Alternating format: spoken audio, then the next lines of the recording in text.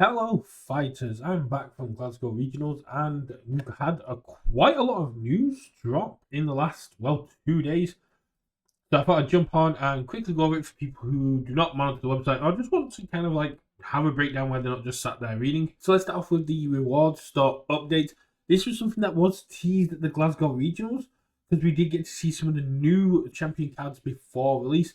This week is a champion week. We get Nick Reagan back. We get Mitchell Semino back, who was playing himself at the region as well. That was really fun. Get Garrett Brett back, and we get Will Anderson the third back with the new Ashley Fullerton and Mark Tyner from last time.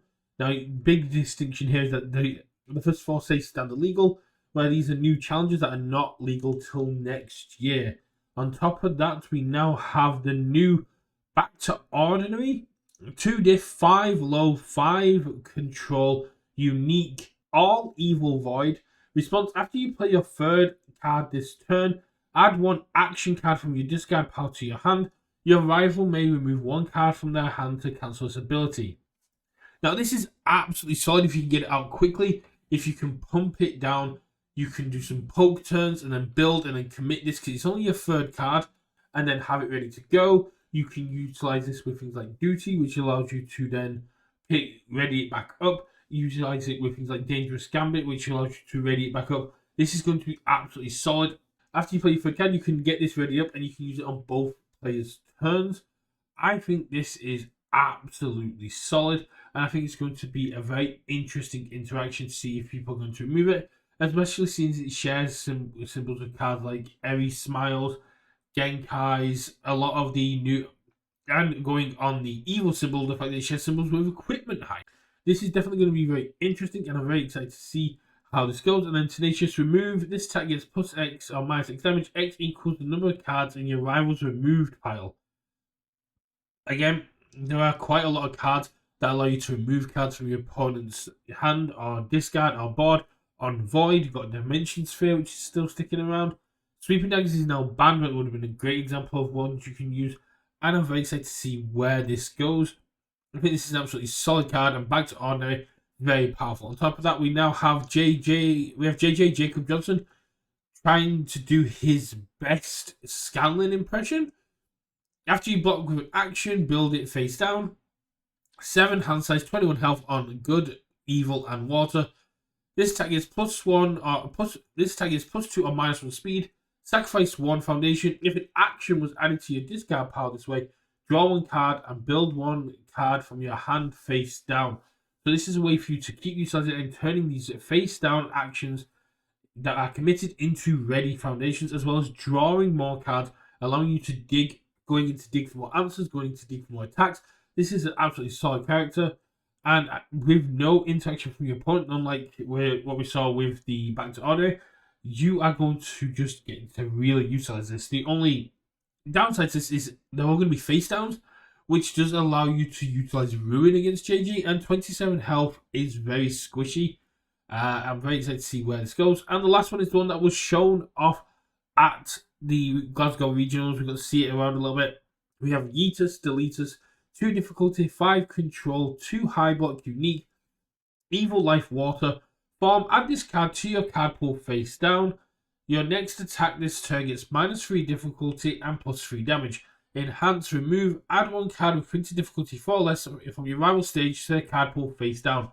So it's a very card pool clogging ability. I like this because it just allows you to set up the roundhouse kick, which allows you to rebuild this at the end of your turn. Then using things like Fallen Killstreak, you can unflip it, and you can just really have a lot of fun with this -3 difficulty +3 damage. It shares 1 symbol with Godzilla, and Godzilla will absolutely love to just go, yeah, I've stuffed this in my card pool to go, here's a Heat Ray, or here's a late game smashing Stomp, or Vast Hybrid can be a Kraken. I do like that this is a 4 difficulty, but I would have loved to be able to stuff my opponent's Master Meat Machine into the card pool. But the fact that you can remove this to go, you're getting +1 progressive, I'm going to keep hitting you, and you're going to struggle to block this. Very water coded, and we haven't really got much use for card pool clogging in terms of abilities. We don't really have a Tongue Whip-esque anymore, but we do have some cards that can benefit from playing our opponent's card pool. I'm very excited to see where this goes, and you can utilize a lot of cool things like legendary bandits to keep progressing that even further. Universus Lisa's absolutely solid card. Then the Universus sleeves are back, but that's about it for the redemption stuff. So these are live until next Monday, along with the Jester and Ford wedding promos, which I believe should still be live up until Monday. And then when we get into December, everything kind of floats around and it should change around again. Chance that you'll have the Guilty Gear card, but the NA release has been pushed, so maybe the redemption stuff for Guilty Gear will also be pushed. After that, we get a look at 2026 local championships. So a big change coming in from this is that in the Ask Me Anything, they said that judges and deck lists weren't really needed because local championships were considered a level 2 event. They were still considered local play, but at the highest level. This is something I took issue with because next year Oceania and EU only have local championships, and they were told that these were going to be the height of our local play. So still considering level 2, while telling us that these are what the best, this is the best that we can get access to, did still feel really bad. But it looks like it has changed. Once the local championships has been completed, it looks like we're seeing a change to the definition in the floor rules. So it might be that judges and deck lists will be required for local championships. This is going to be a great influx of data to allow changes like what we saw with 9 Titans and Sweeping Daggers happen faster, but also give more insight into other things that could be issues. One of the things that people have been asking for a while has been Massive Meat Machine getting unique, but hasn't really shown up as a massive contender. But maybe these local championships will show this off, and it will be something that we can then go, cool, let's get that on unique. After that, we got the participation and top cut prize, and these look absolutely amazing. I'm very excited to see what cards these are going to be. This is some kind of shining Mothra Godzilla inspired, and some kind of toxic oily Godzilla. So this is what you'll get for Eternal Bounty. And then after that, it's just going more into the breaking down of the pricing. Top 8 will get the promo. Top 4 will get a round 1 by regionals. Doesn't really apply to us over in the EU unless people want to travel. Then the top 2 will get a finalist promo, and the winner will get a champion promo, champion playmat, and an invite to the Universal Championships. If they can hit 16 players, the champion will also get a $150 travel voucher, and if they hit 32 players, then second place will also get one. Now, the big thing to the calendar we got was that the 2026 calendar has now got days. So the round 1 local championships start a week after we get Godzilla. These are 40 events that will take place in a 4-week period. So that's going to be insanity.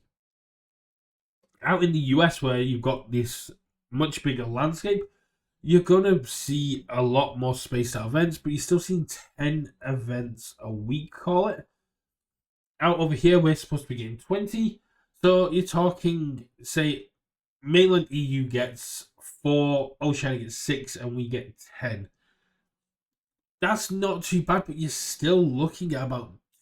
If it breaks down like that, it could work out quite well, but I don't know if this is going to cultivate the local play they were expecting. That is a very short time period, and I don't know if stores are going to be able to avoid having them on the same dates.